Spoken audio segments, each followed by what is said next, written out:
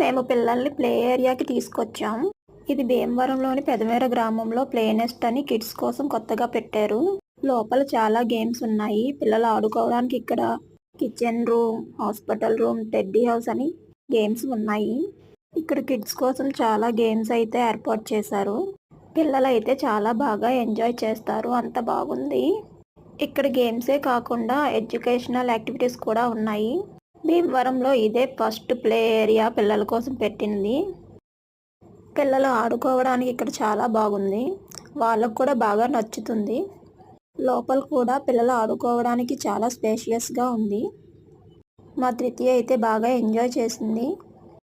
ఇక్కడ వాళ్ళు 1 అవర్కి 200 ఛార్జ్ చేస్తారు. ఇది మాకైతే చాలా దగ్గరగా ఉంటుంది. మీకు ఈ వీడియో నచ్చినట్లయితే లైక్ చేయండి. Thank you.